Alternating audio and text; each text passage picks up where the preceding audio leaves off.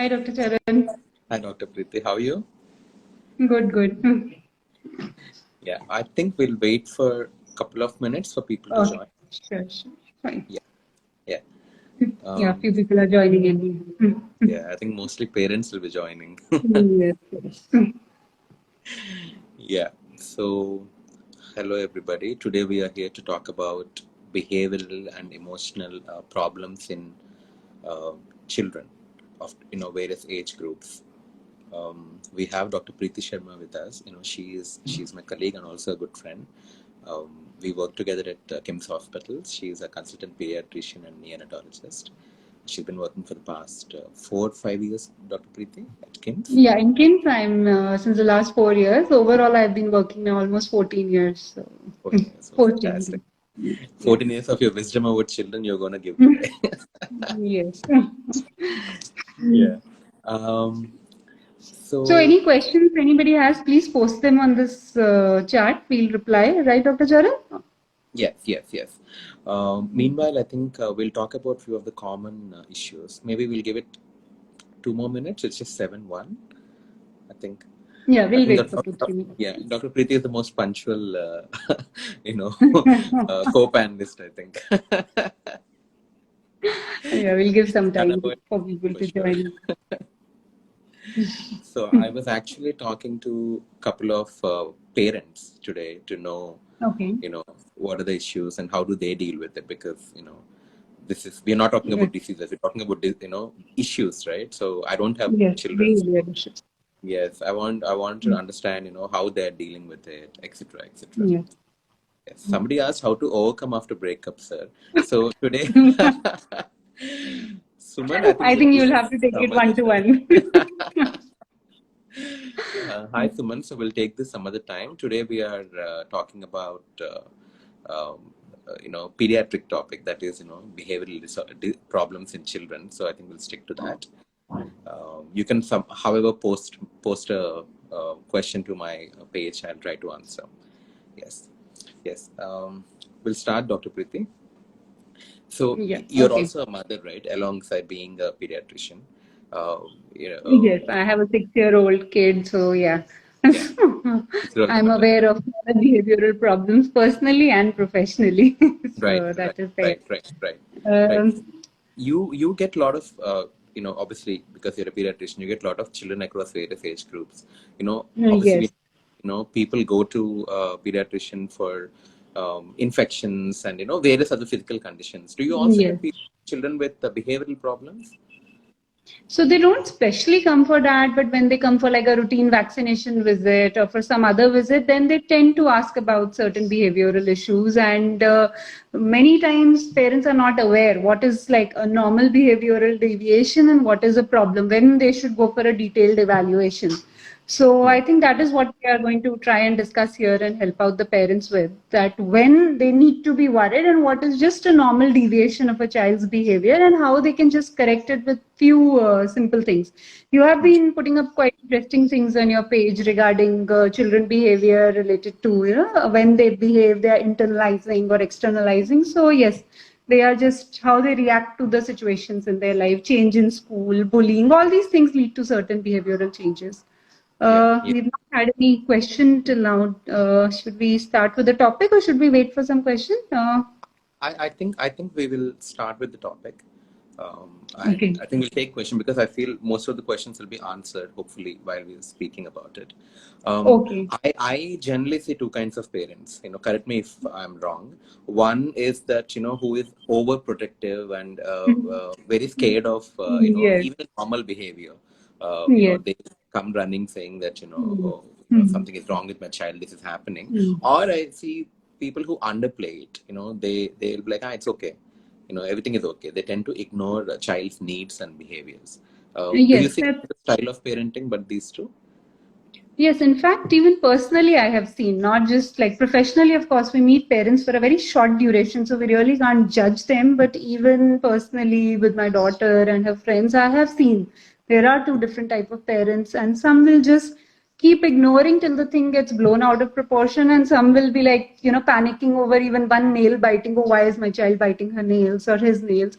So yes, it is important for both the parents to have a middle ground and realize what needs to be addressed and what can be ignored. Um, I think one common issue which we hear from parents, which they are very worried about, certain parents, is bedwetting. So maybe we can just start with that. Yeah, You yeah. get some cases with problematic bedwetting, Dr. Charan? Yeah, I do, but it referred by a pediatrician. Okay. Generally, I don't get bedwetting cases. I get Okay. I get children who have outgrown bedwetting and restarted bedwetting after Yes. a year or two. Yes. Yes. So before we start this, I would like to clarify that till 6 years, bedwetting is totally normal. I have parents of 3 years old, 4 years old who come and say my child is bedwetting. So please don't worry. If your child is under 6, bedwetting is not an issue.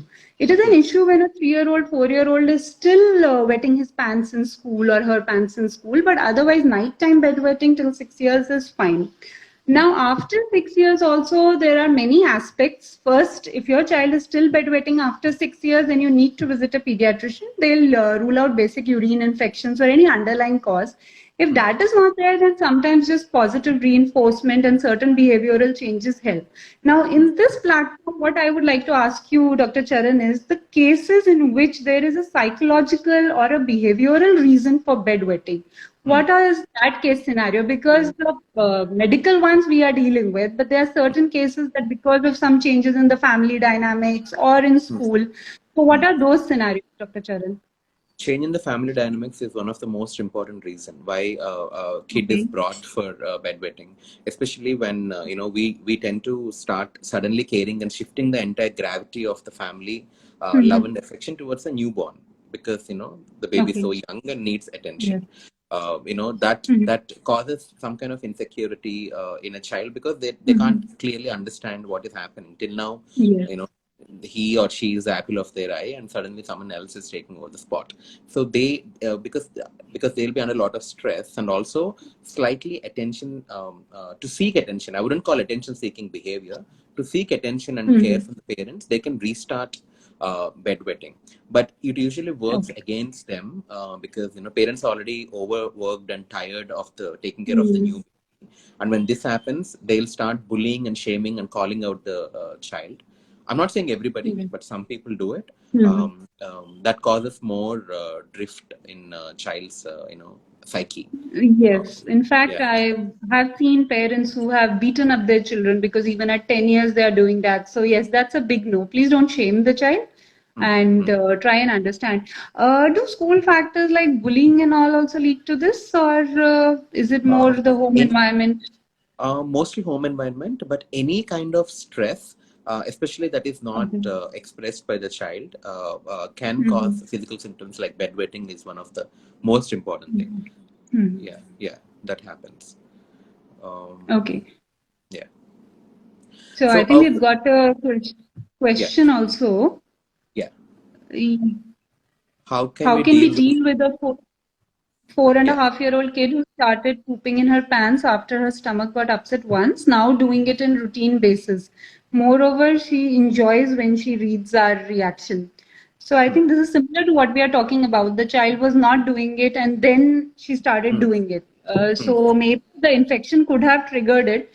Yeah. But in my experience, Dr. Charan, sometimes when parents fuss over something too much, like probably when she had a stomach infection, she got a lot of attention. Yeah. And Yeah. so now she feels that if I do it, I'm getting a sort of good attention. Like the parent has clearly mentioned that she enjoys their reaction. Yeah. Yeah. So I Yeah. think firstly, they should just ignore it and not give any extra attention, not to scold, not to pamper, and just treat it as a normal. Yeah. And in Yeah. children of this age, positive reinforcement also works very well. What is your take on that, Dr. Charan? Like Um, positive reinforcement, should we try it in this child? Yeah, positive reinforcement is obviously one of the most important thing, where you give a child a small token or a praise whenever they do a righteous behavior. This only reinforces their behavior stronger next time. However, don't every time give them a candy or something. It doesn't have to be a Okay. physical praise in terms of you don't have to give them money, or you don't have to give them chocolate. Sometimes it can just be praise or a hug or reassurance saying that, okay, you're doing well. that also boosts Okay. their behavior. That is positive reinforcement. I think it solves a lot of problems, lot of behavioral issues that we'll be talking Yes. about. I think solved by positive reinforcement. Yeah. So I think Also, she how can do try you? that with her child.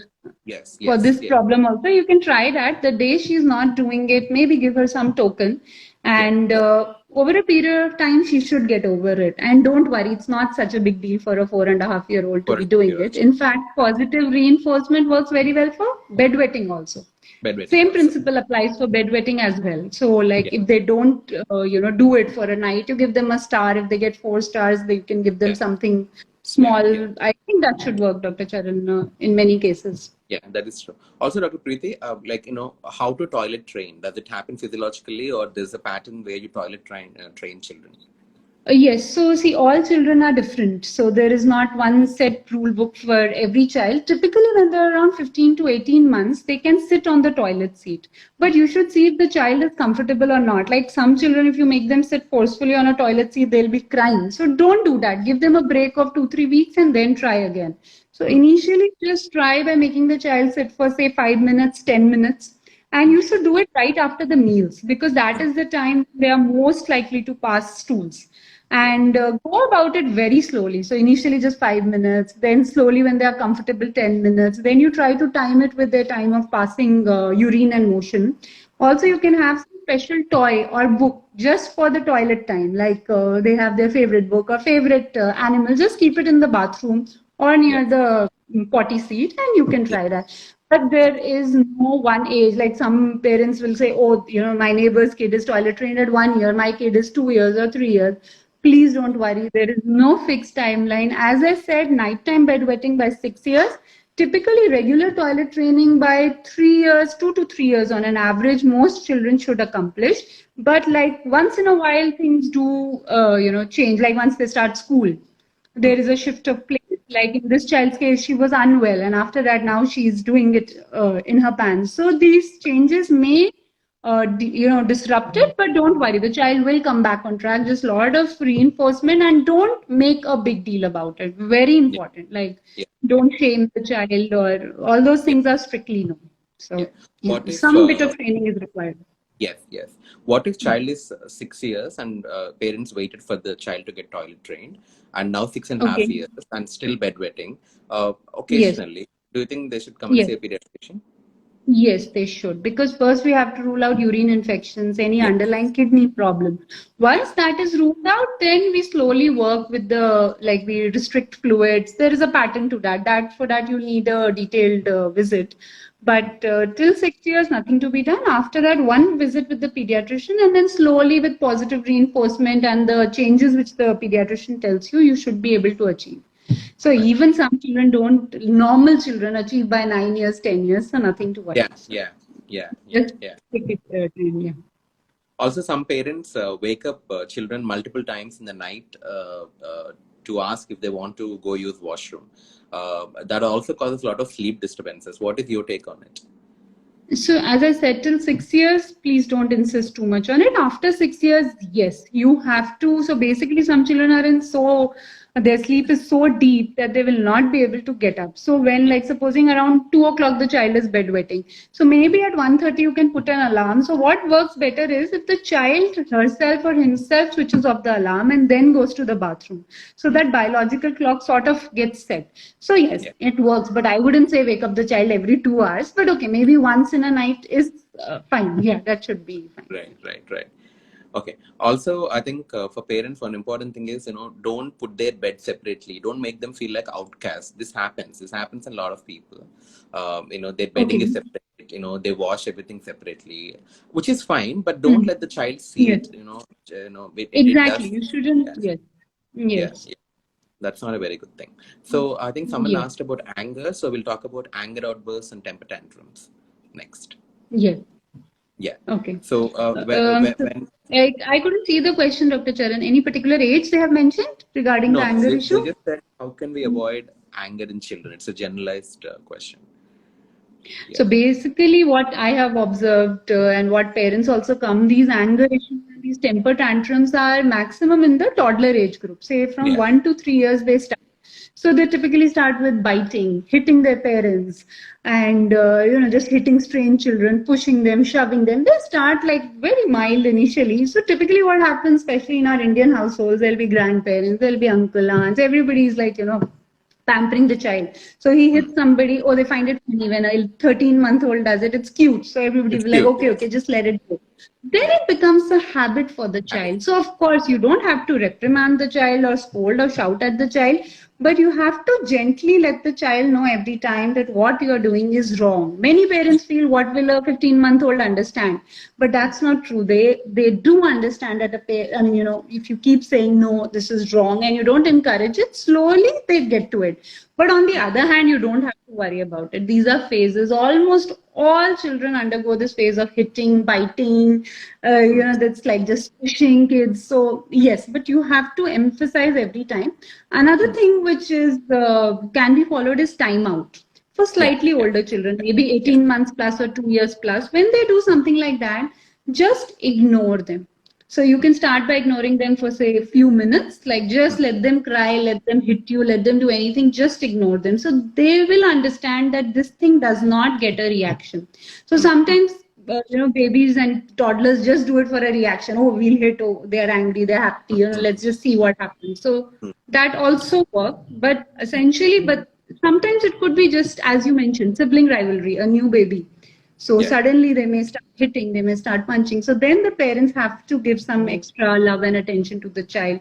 Sometimes parents say when grandparents who were taking care of the kid, they move away. So the grandmother had been the primary caretaker Right. and now she's gone back because now the child is old enough. I have seen these children coming up with a few anger issues. So in that case, just give them more affection and just give them some time. Mm-hmm. I also Anything see else like, you would suggest? yeah, yeah. I also see a lot of kids who get bullied in the school, who don't speak up or say things. I mean, this is for slightly Yes. older children. They tend to come home and they tend to show temper tantrums towards their parents because, somewhere there's a feeling of Yes. taking them for granted. That happens. So please always cross-check if something is going wrong with the school. A lot of behaviors from the schools get translated into the household. That is one important thing. And like you mentioned, I think some may not understand what is timeout. Dr. Yeah, I Preeti, am I didn't get audible? you, Dr. Charan. The network was a bit weak. Towards the Yeah, end, I yeah, didn't yeah, get you. Sorry? yeah. Do you want to explain people what is timeout? Like, how do you give a timeout to a child? Yes, so supposing a child has done something which is not correct, like biting, pushing, Yeah, whatever you think is like overtly not correct, like small things, please don't do it. yeah, So, what you tell them is you just ignore them. Don't talk to them and tell them, oh, you are doing something wrong, so that is why we are keeping you like this. Nothing like that. Just you ignore them, you just sit in one corner, let the child do whatever he or she wants. Some children will start head banging, some children will start throwing things, hitting things. So don't give them any attention. Trust me, they will not harm themselves. yeah. In fact, there's a medical issue for which we many times get babies in emergency also, breath holding spells. Some children are so smart, they'll hold their breath and then they become blue and parents just panic. So that is also a way of getting parents' attention. So best thing in these cases is not to give them attention. So for around a 2-year-old child, you can give them a timeout for say 3 to 5 minutes. Yeah. Once they start, understanding what is a timeout, you can even give up to 10 minutes. But don't give a very long timeout, like half an hour, 45 minutes. That can make the child feel very insecure. So a 5 to 10 minute timeout is good enough. So Yeah. nothing more is required. When I mention about timeout to some parents, I assume that they understood what timeout is. So they lock the child in Okay. a dark room for half an hour or 1 hour. No, no, no, No, no. no, no, please, Hmm. everybody remember, no locking children in that kind of room. And the child actually had a panic attack. And I Oh. know the child happens to be my friend right now. Is still dealing with panic attacks with darkness. So Oh. these kind of things done by parents, can cause, multiple anxiety Yes. disorders in adulthood also. Hmm. So be very, very careful about that. And, most of the times temper tantrums are thrown in public places when they're in a park or when they're in a Yes. toy store or things like that. Yes. Yes. I would say that, take the child to a quiet corner of the shop and talk to the child and ignore the child for some time. But once the tantrum is over, go and give a hug or reassurance to them. Otherwise, that can carry on, into the night and sleeplessness, and in the morning in the school and things like that. So there's a pre-tantrum things that you should do, and post-tantrum things that parents should do. Multiple things like that. Also, I think distracting the child is a wonderful technique. For example, in public places especially. In public places, distract the child. Take them somewhere else. Show them somewhere else, etc. Usually, parents do give phone in their hands to distract, which we'll get into it later, because screen is one thing we want to mention today. These are few techniques that one can do. How about? And I'm also looking at some of the questions that are asked. One more important thing is give them control over things. This is something that I told somebody, and it really worked. When you do a temper tantrum, when you say you cannot do it, the child will repeat it. So give them control. Give them control over things. That, do you want this or that? Or for example, if I'm telling a child, why don't you go brush and then take bath? Child will say, no, I don't want to brush. And child will start showing temper tantrum even for little things like that. So instead of asking them like that, put your sentence like, do you want to brush before taking bath or after taking bath? So they will have only two options, and two are okay for you. Or for example, they ask, so do you want orange juice or let's just say pomegranate juice today? So give them options. So there's a very less chance of them throwing temper tantrums. Giving options really works. Correct. Yeah. So they feel like they are in some kind of control, and they get to decide what they want, rather than you saying no and they having to blindly follow it. These days children are like adolescents. They are being very different. They want autonomy. Being a toddler is all about having your own autonomy and your own kingdom. So I think which we didn't growing up. I think we grew up just okay. Now that we spoke about phones, right, or any kind of screens, or someone asked what age you should introduce phone to child, I think we will go ahead with screen use, not screen addiction. That we'll keep for some other day. Screen use. I'll start off saying some of the WHO guidelines, and then you can catch up to it. Right. First thing is, for everybody, this is a very common question, right? How many hours a child can watch screen? WHO clearly came out with a research that said that anybody who is below 2 years old, absolutely no screens, be it any kind of screen. I don't just say phone, even laptop, even TV for that matter. Absolutely no screen. However, if you want to show the child to your grandparents who are in other country, other state, on a video call, it's okay. But otherwise, don't do it. And between 2 to 5 years age, not less than 1 hour. That too, obviously, with parental supervision. Not more than 1 hour. Sorry, not more than 1 hour. And above 5 till they're in the secondary school, not more than 2 hours. I know it's very tough in today's generation, but these are the timelines given by WHO. So child doesn't have any kind of physical or psychological deterioration because of excessive screen use. What do you think? Like, how would you like to tackle it? So it's very difficult these days. I have 9 months old who are watching 1 hour plus of screen time. So I make it a point to tell this to every parent. And commonly the thing is they will say that because the child does not eat food. So it's a trap. Trust me, for all parents, I'll say it's a trap. You start one day, you're tired, you feel, oh, let me put on the TV and feed her food. And then it becomes a cycle. Oh, and children are super smart. One day you'll show them 20 minutes, next day they'll realize if I eat, my mother gives me television or iPad or whatever. So they will increase their eating time to 30 minutes. So slowly the screen time, there is no going back once you start the child on screen. So parents start saying that, oh, it's just for lunch, it's just for dinner. But then there is just no going back. So as you rightly said, the hours are there. I know it's very difficult, especially in lockdown. The screen time has increased tremendously. Like children who are not watching any screen are now watching 2 hours. Another thing, as you rightly said, and I would like to emphasize this, screen time means strictly television for children less than 10 years, preferably. Especially children less than 5 years, no handheld devices. Because what happens when you give them a phone or you give them a tablet or iPad, they'll just keep swipe right, left, everything, they'll just keep changing videos. So the world is going at such a fast pace for them, and they cannot differentiate between the real world and the screen world. So they have a lot of, they can have psychological issues, they have trouble making friends, they have speech delays. I'm seeing a lot of speech delays related to excessive screen usage. So it's a evil, probably Yeah, yeah, even necessary evil. I cannot say that you can give zero screen time. It's next to impossible in today's time. yeah, But yes, please realize that, you'll say, oh, only for lockdown, I'll allow her to see from 2 hours to 3 hours. Trust me, after lockdown, you will not be able to go back to 2 hours easily, or say after coronavirus. So yeah, it's yeah, a evil. Once you're into it, you have to be very careful what the child watches. Again, very yeah. important, especially for older children, 7 years, 8 years plus. You have children, there is all sort of adult content on the Awesome. internet. You have to be very careful. You can put some kids safe, whatever browser or something like that. Yeah, yeah. Any other suggestions regarding that, Dr. Charan? Because Uh, I don't get so many adolescent kids, because they don't even share these problems with their children, I mean, with their parents. But I think in them it's more dangerous. It is, it This, is, it is. Because mm, they're very exploratory, right? As you're growing up, you're very yes. exploratory and you're identity forming. So you tend to surf a lot of things, etc. And being part of social media and all of that, that's a different jazz altogether.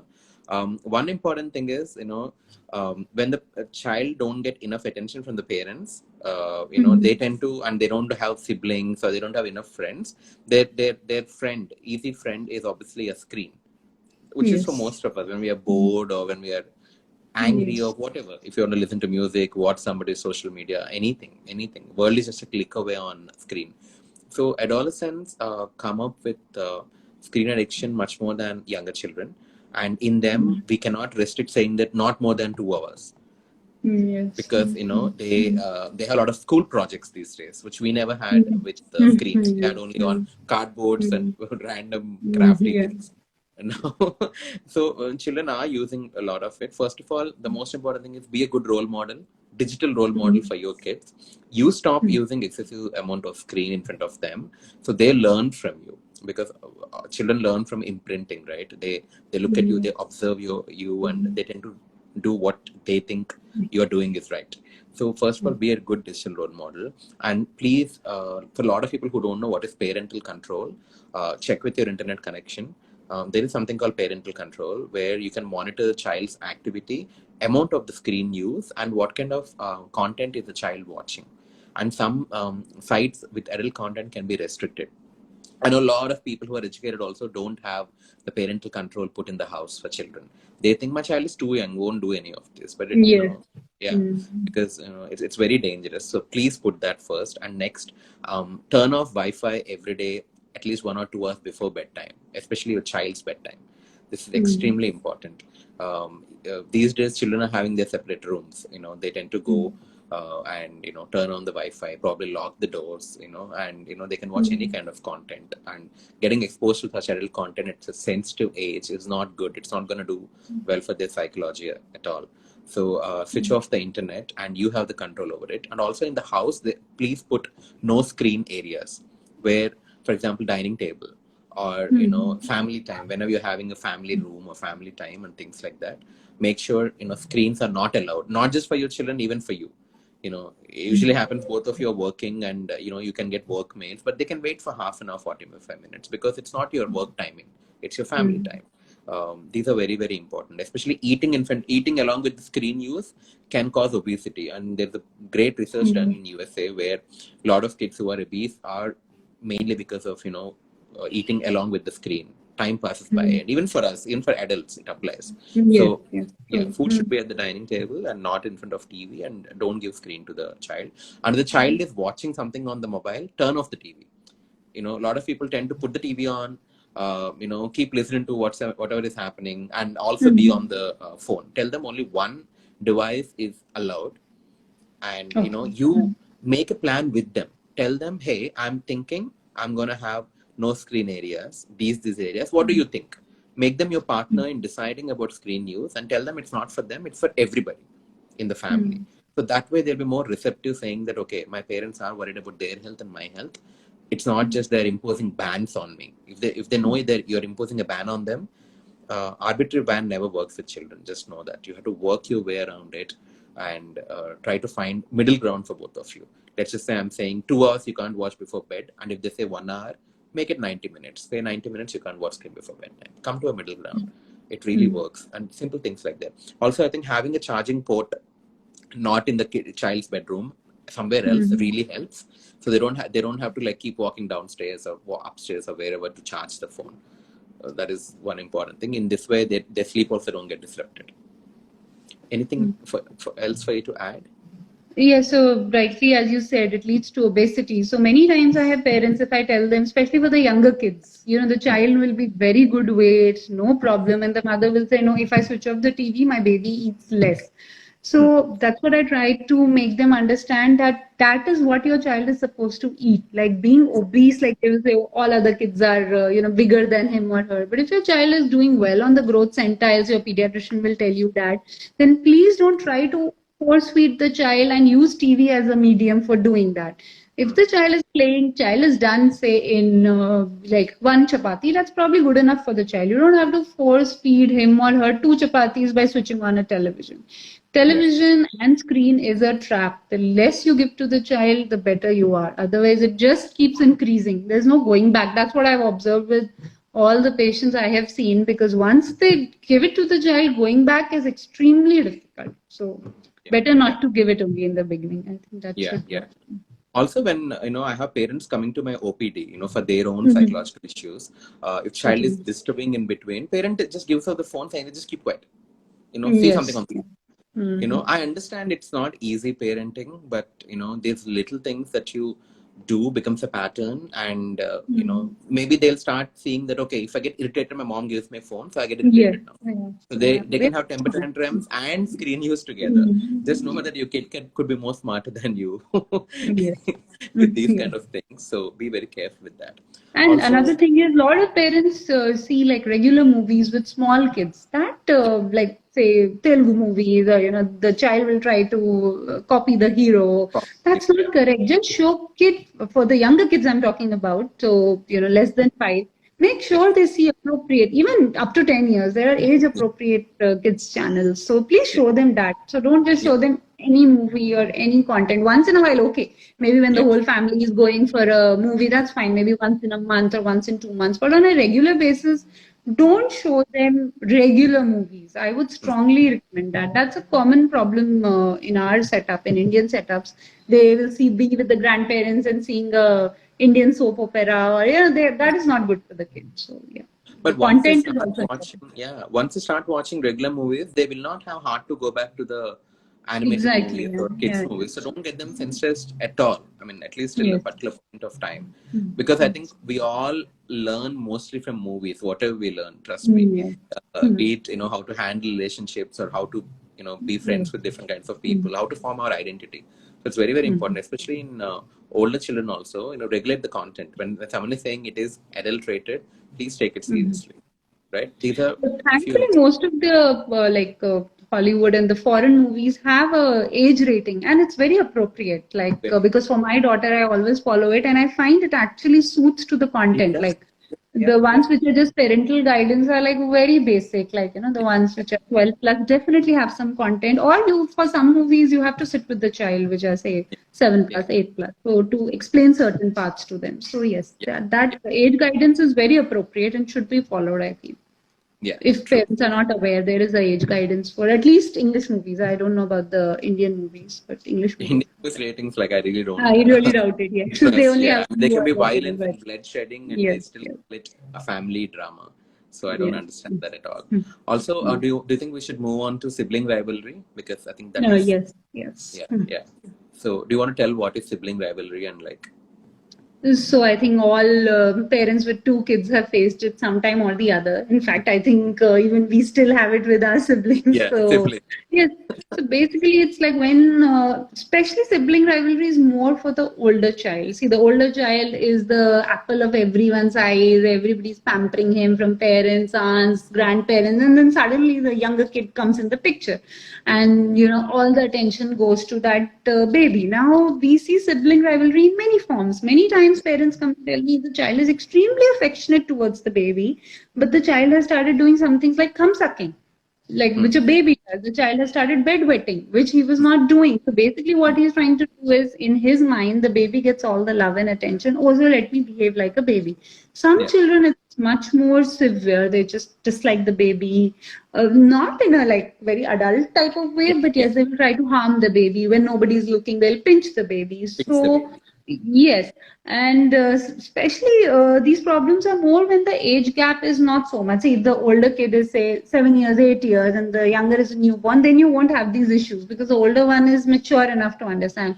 It's more when the age gap is anywhere between 2 to 5 years. So this is what we commonly see, and what I recommend is to prepare the elder child right from the time the mother gets pregnant, and she should involve him in baby care, maybe buying things for the baby, sorting out.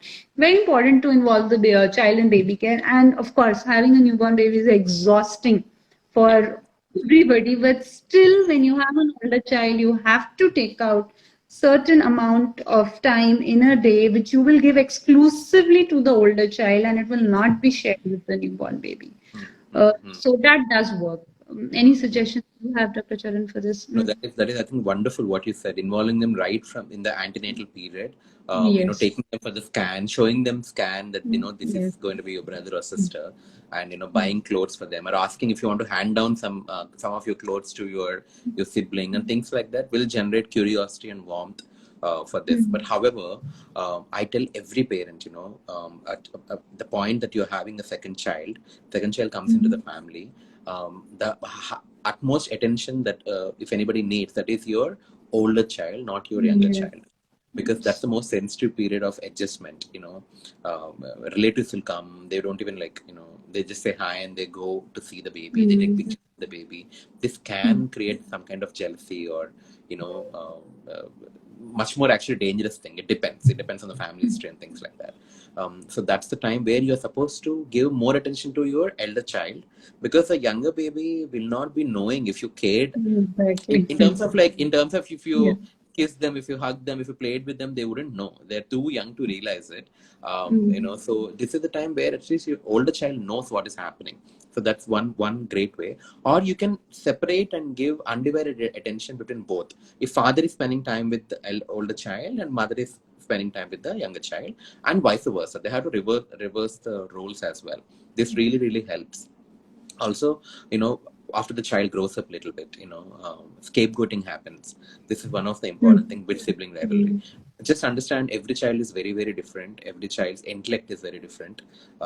Capabilities are very different. Deficiencies are very different in every way. So you comparing, saying that look at your brother, he's doing better, his grades are better, he's also an all-rounder, or he's very good in extracurricular activities, he speaks better English than you, and multiple things like that. Or especially happens in girl children. If you have two girl children, a lot of people will tell that, oh, this girl is more fair, she's very Yes. cute, Yes. things like that. Please do not compare between children. Both are very different. Understand what are their plus points and work on them, and don't scapegoat one child for all your problems. This is very important. Sibling rivalry.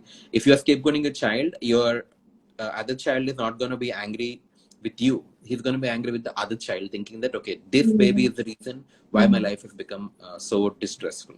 So the entire emotion is going to turn towards them. And a lot of parents have two children because the kids will be with each other. Yes, that's the Like major reason, especially in today's time. Yeah. So, yes, they'll be like, okay, I have a mm, sibling, someone to share and mm, things. But nowadays, I'm not seeing great bonds between siblings. At least the oh, ones that really? come to me. Yeah, the ones Oh, that come to me, they're like, they have their okay. own friend circle. Uh, you Mm. know, one is mom's favorite, one is dad's favorite. Especially Yeah. girl child is always, dad's favorite, and Father's boy favorite, yeah. mom. That is not healthy at all. I know it's natural for the Okay. girl child to have father as a favorite, but it's not Mm-hmm. it's not normal. Don't normalize these kind of behaviors. They Okay. both the children should have equal attention and love for both of you, and from you, vice versa. Yeah, Mhm. yeah. That So yeah, exactly. is very, Comparisons obviously should not be there. That is true. yeah, Yeah, and yeah, equal time. They should have a set time for both the kids, even the younger one and the older one, and so that each feels important. And by both parents, you're right. I didn't mention the father. Even the father is equally yeah, important. yeah. So that does help them tide over it. So yeah. Yeah, also I think preparing them for how to tackle with any animosity or any problem that comes when in absence of parents. That's why they'll have a fallout. In front of parents, they are all fine. And when, let's just say, both the parents have to travel out of station, and you're with your grandparent, and grandparent will have a favorite child any which ways. Sure. You Yeah. know? Or if not your own favorite, you'll have favorites between cousins. Yes. For some people, daughters' children are more favorite than sons' children, or vice versa. Yes. So there, I think they'll have a fallout. So I think you should inform your grandparents when you're leaving your children with somebody. Just make sure they don't induce this kind of unnecessary emotions in them that they're not exposed to in your own household. That really is very, very important. And prepare them. Tell them that hey, we both are going out of town for a couple of days. You're going to be left at your grandparents' place. If there's any problem, you both don't fight. Reach out to us. We are just a call away. Right? They have to know that. Sometimes one can throw temper tantrum saying parents are not here. The other might say, just shut up and sit, and they can start picking a fight. And child might come and say that you are the evil one. Why are you always disturbing the other one? So it's a unnecessary mess. So just be in touch with your kids and things like that. Little things. I mean, figure out what works for you. Yes. Yeah. Yeah. Do you want to talk about stealing, lying, truancy, as in missing school, these kind of problems? Yes. So some amount of lying, stealing, trying to avoid school is common in children, but you should try and understand why the child is doing that. See, lying once in a while, everybody does that. Maybe the child, saw it somewhere, did it. That's fine. But if it is happening repeatedly, firstly, you have to tell the child that this is not correct. And you have to make sure that you are your child's most, trustworthy person. So maybe the child can lie to the whole world, but should not lie to you. This will help you in later years also. See, teenage is a very difficult phase for parents and kids both. So if you develop this trust from early on, then it helps. But there are usually reasons why this child is doing that. Many times if they are being bullied in school, and the teacher is not taking adequate action against it, or, at home there has been a change in the home environment. Like, as I said, grandparents moving out or shifting of the house, shifting to a new city. Parents fighting a lot. Sometimes parents feel that the children are not listening. They'll close the door and fight. But children are extremely observant of the slightest changes in their parents' interaction. So please try and understand why the child is doing it. Like Dr. Charan, I personally have observed it. Like, some mothers feel, I'm giving enough time to my child, so there is nothing wrong in it. But are you giving quality time? Sometimes it has happened with me also. Like, I come back from the hospital and then I'm on the phone regarding some patient. So my daughter is sitting right next to me, but that's not good quality time. So, she may do things to grab my attention. So similarly, even mothers who are homemakers, so, they have their morning routine. The child comes back from school, then the mother has a kitty party, or, she goes out somewhere. So there is no quality time with the child. So sometimes just many parents get very defensive if we tell them that you are not giving enough time or attention to your child, and they'll be like, oh no, I'm with the child. But see, is it quality time? And again, all kids are different. See, some children are like really, what do you say, they are just very happy in their own world. They don't need much of affection. Some children are the sensitive ones. They will need more of your hug and more of, your time. So yes, these are the common causes for these behaviors. But with time, they do go away if you address them. It's nothing to be worried. Oh my God, my child is stealing, or my child is hitting other kids or misbehaving in school. Just give it some time, but do try and understand the underlying reason. Another thing, though I don't want to mention it in here, even you should consider the possibility of sexual abuse. A child is a very happy-go-lucky child and suddenly is very aggressive or suddenly is very withdrawn.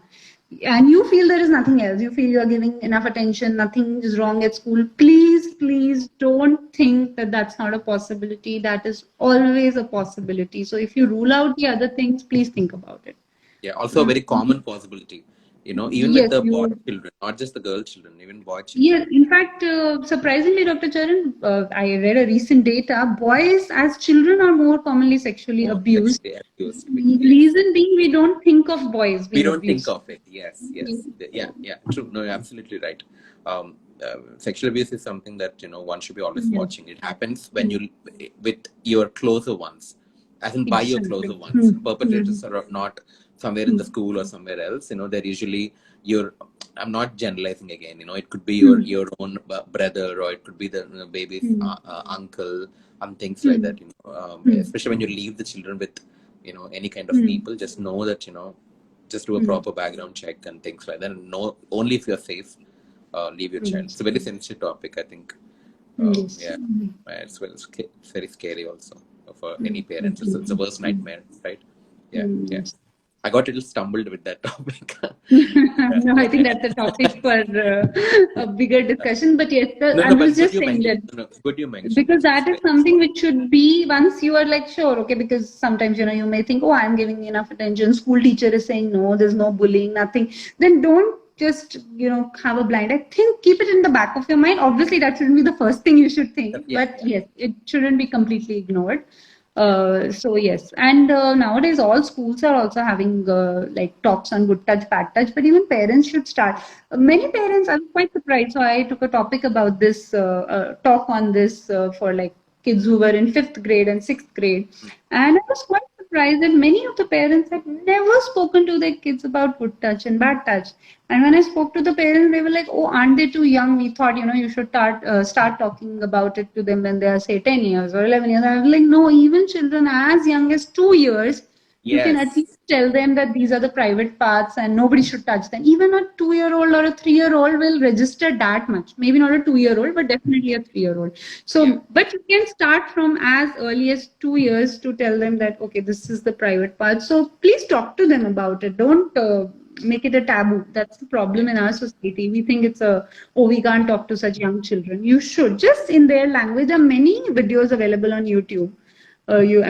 Wonderful videos. So maybe that can help parents out. Yeah. True. No, younger the child, more chance of sexual abuse, because they can't understand and they can't complain as well.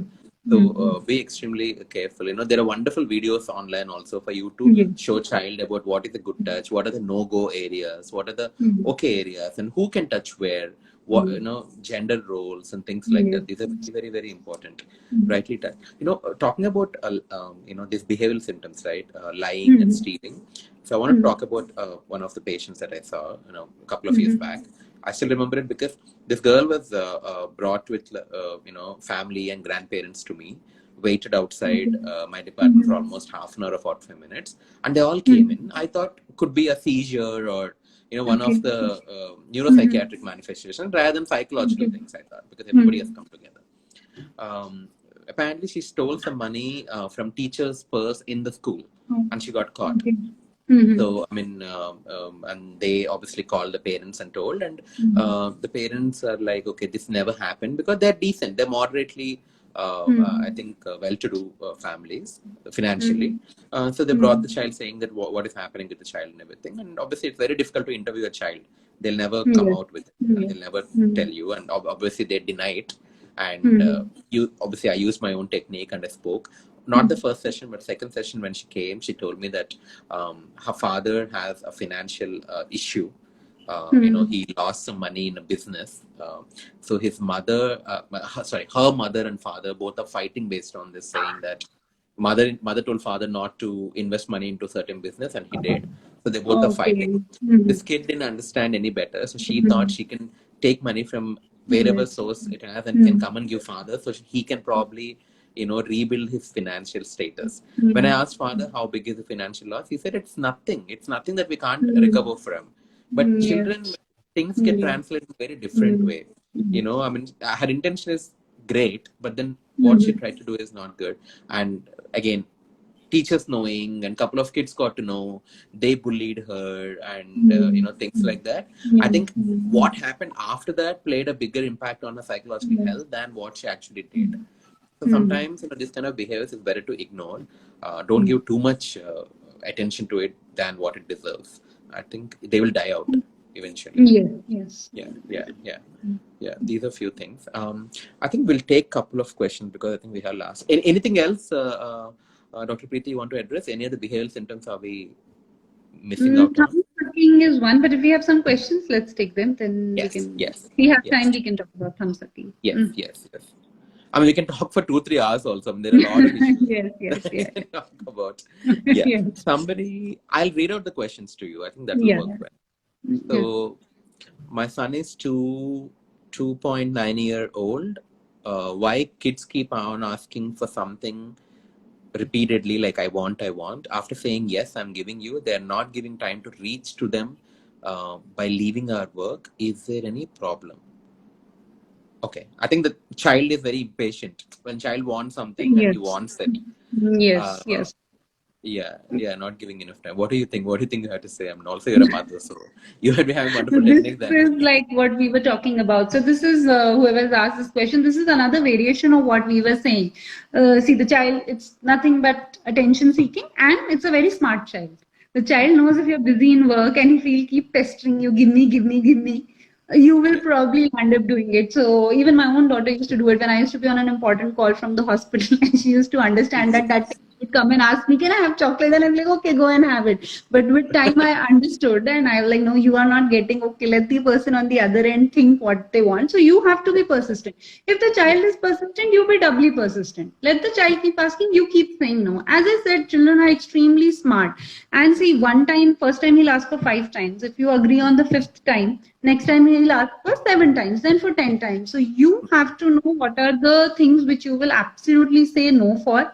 And no matter what the child does, like supposing today is a no chocolate or no junk day in your house, as per your house rules, let the child do, bang his head, cry, throw things. You will not give him or her a chocolate. Please understand that children today are extremely smart. They are not obedient like our generation. So they will take advantage of the fact that yes, you ultimately relent. So just be alone. And of course, just you can't fight yes, every battle with the child. So you realize which ones are worth fighting. Some things you let him have, like you yeah, said about choice. Even a yeah, 2.5-year-old child can be given a choice. So you tell him, okay, if you, I mean, this day you can have chocolate. If you can't have chocolate, maybe you can have, say, whatever, chocos or some yeah, variation you can give, some choice you can give. yeah. Your take on that, Dr. Charan? No, I think you pretty much said that. Giving them choice and combination of techniques that we said really helps, and being Yes. very assertive in terms of your tone and your posture and how you tell them no, you cannot have it in a very clear way, Yes. in a very assertive way. Mm. Instead of saying no, you don't want, no, you can't have it. That doesn't get registered, right? Yes. Or you going and giving them slap also is not very good. Oh, no, absolutely. Yes, No. yes. Mm. Being assertive in your tone and posture, and so they understand Yes. that okay, I can't ask for it. I can't disturb my mother when she's on a call. So I think that really Mm. helps. Yeah. Mm. Someone asked, can you please guide me about food for 8-year-old kid? As my son is very choosy about food, this worries her. Obviously, a lot of people are picky about food these days. So what do you think? Yeah. This is actually not related to this topic. I'm very sorry. But Yeah. basically, again, I would say 8-year-old, you have to give them more options. Younger child, even if you give them khichdi every day, they'll eat. Older children, you have to give them more option. Again, sit with the child and make a menu. So Yes. basically, I don't want to go in nutrition in detail, but just to, because this is a common query all parents have. Just Yeah. make sure you give a good quality protein, one fruit, one serving of vegetable, and some dairy product. Now, how Yeah. you give it, you decide with the child. Maybe Yeah. when we take up this topic, we'll discuss in detail, Yeah. but not Yeah. today. Perfect. I think child nutrition Yeah. is it's an ocean. We can't we Exactly, can't it's a whole start. 2 hour session probably. Yeah. Hmm. Yeah, someone asked, my concern is mostly children using phone at 9 years or so. If I will not Hmm. let her use for 2 hours, I think what she meant is 2 hours, my child Hmm. will feel she doesn't know this world. Okay. So I think what she meant is a 9-year-old child, and if you don't let her use phone for more than 2 hours, Hmm. they will not have enough contact with the world or what's happening. They're not updated with I what's think this happening. sounds like addiction, Dr. Charan. I think you should tackle it Um, better. This is yeah. sounding like addiction. Yeah. Hmm. Yeah, I mean, like I said, don't impose any arbitrary bans, and don't let Hmm. them hate what screen is. Screen is actually good if it's used in the right way Hmm. and for the right Hmm. amount of time. Hmm. Let them. You first of all ask them what do they want to serve, what do they want to know. Is it something Hmm. entertainment, educational, or what is it? And sit along with them. Please sit Hmm. along with them and see what they're doing. When you're keeping on doing this, your child will be like, okay, you know what, I don't want to use it anymore because my mom is anyways there with me. They tend to Hmm. give up on it, especially a 9-year-old child. Hmm. And um, I think encourage board games, playing with toys or craft material. This is all of those also came on screen. So you can download like app. You can download like Ludo app or Snake and Ladder app and things like that. And Yes. people are playing on that from their Yes. different rooms. Don't do that. Chess Have also, your like, yeah, chess will help in, all these, all some this, all mind these are games. very, yes, chess will definitely help in problem solving and things like that. I think it's important, to shift from screen to non-screen options of a particular thing, Yes. Yes. right? If they want to do a project, you be involved, in doing the project. And for ideas, you can always surf on your phone. Don't let them do it. You surf on phone and give them options. I'm thinking of 2 options or 3 options. What do you think? Which one do you like? And things like that. Also, I think someone mailed me actually saying that no matter how much I love my child and wishes good for my child, my daughter always likes a father, not me. It hurts me a lot. What do I do? Yeah. I see. I don't know. I think this will be a very one-to-one basis thing, but sometimes one parent has to be a bit more strict. So you have to live with it. And I read a saying once on the internet: if your child doesn't hate you once in their lifetime, then you're not a good parent. And I agree with it. I mean, the many times when I hated my mother, but now I realize it was probably for my good. So that's okay. I mean, but of course, are you being too harsh, or is the father being too lenient? Sometimes, this is a problem, Dr. Charan. One parent has to be the bad cop all the time. So find a middle ground with your partner. That's what I would say. Maybe the father is too loving and too doting. So when you are even saying something out of line, the child is treating you as her or his enemy. So that would be the issue. And teenagers, these issues are very common. And I don't know if this is scientific or not, but many times I've seen girls have in teenage years tend to develop a slight resentment towards their mothers. I don't know, Dr. Charan, do you agree with that? Yeah. I mean, it can happen because, like I said, it's identity formation, little sexualizing things as well. Okay. Yeah, it's a little depth that we'll get into it. Like you rightly said, Dr. Preeti, if you're playing good cop, bad cop, please reverse your roles again. Yes. Usually what happens is, mother is spending more time with the child and mother tends to discipline the child in whichever way she knows and is thinking good for the child. And father comes in the night and plays with the kid for like 5-10 minutes and then goes. So the child is waiting for the father to come and rescue her or him. Don't do that. Always with your partner, you have to have equal understanding that, today I'm going to tell that what he or she did is right. You need to have communication between husband and wife. Then you should communicate together or separately by taking shifts to children. So there is no favoritism. At the end of the day, someone is slightly more favorite than other, for whatever reasons it is. That is okay. But if you think the child doesn't like you absolutely and things like that, that's not very good. Yes. Also, I think, Dr. Preeti, our live ends in a minute. So how to stop binge eating in kids, especially in lockdown? What do you think? Binge eating means you have to replace it with healthier options. So if your child is having, say, a packet of chips, you can maybe make some homemade makhane or some homemade namkeen. So please give them healthier options. So some children have a good appetite and, when we are sitting at home, we tend to munch. So just give them healthier options. I think instead of Maggie, give them homemade, that savory thing. So just healthier options. That's all I would say. And more fruits and vegetables as compared to other things. That's true. Also, involving them into cooking also is a good idea to bond. Don't think your kid can't do a household work. Let them do household work as well. They if you have younger, they get sensitized to it. It's not child labor. Letting them work.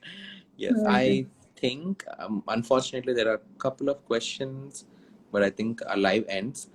So we'll take them probably on some other session. Thank you, Dr. Preeti. I think it's wonderful. I think you are more of a child psychiatrist than I am. I think you have wonderful techniques. Tried and tested probably on your kid.